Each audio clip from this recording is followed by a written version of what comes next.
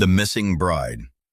On a bright Saturday afternoon in Lagos, the sun poured gold across Victoria Island, and the city moved with its usual restless energy.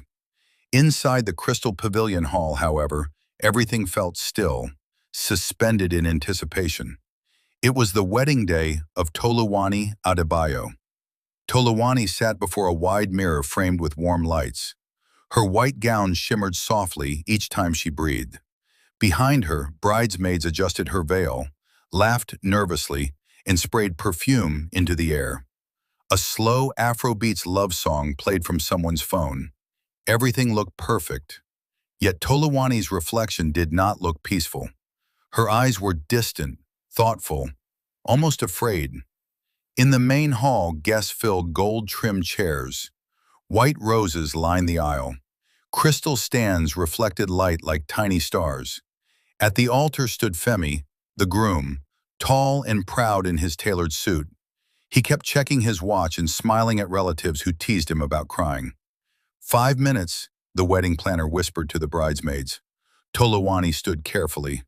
Her gown fell around her like flowing water. She hugged her maid of honor tightly, longer than necessary.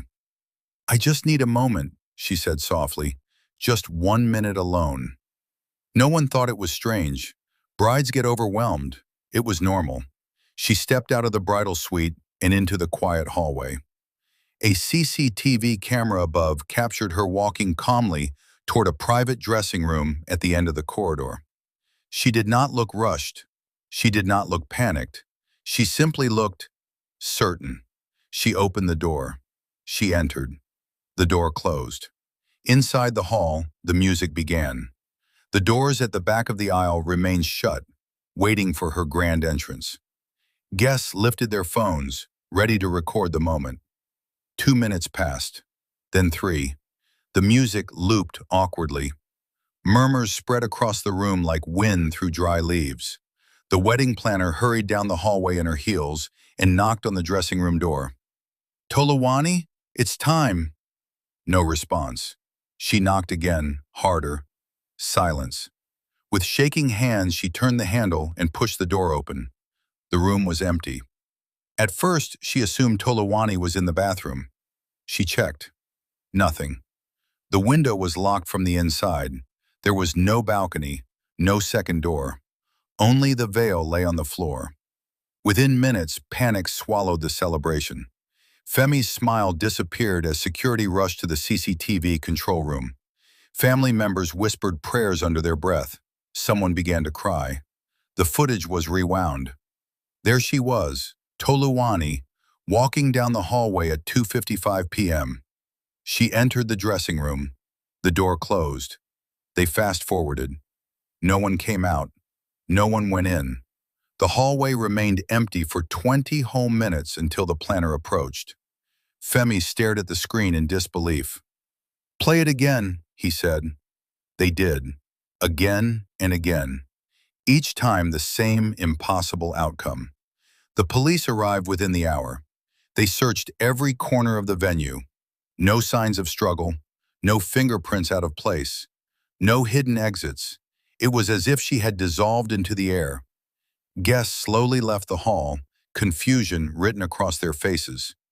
By evening, Lagos social media was already buzzing. Bride disappears minutes before wedding. Reporters camped outside the venue by nightfall. Toluwani's mother insisted her daughter would never run away.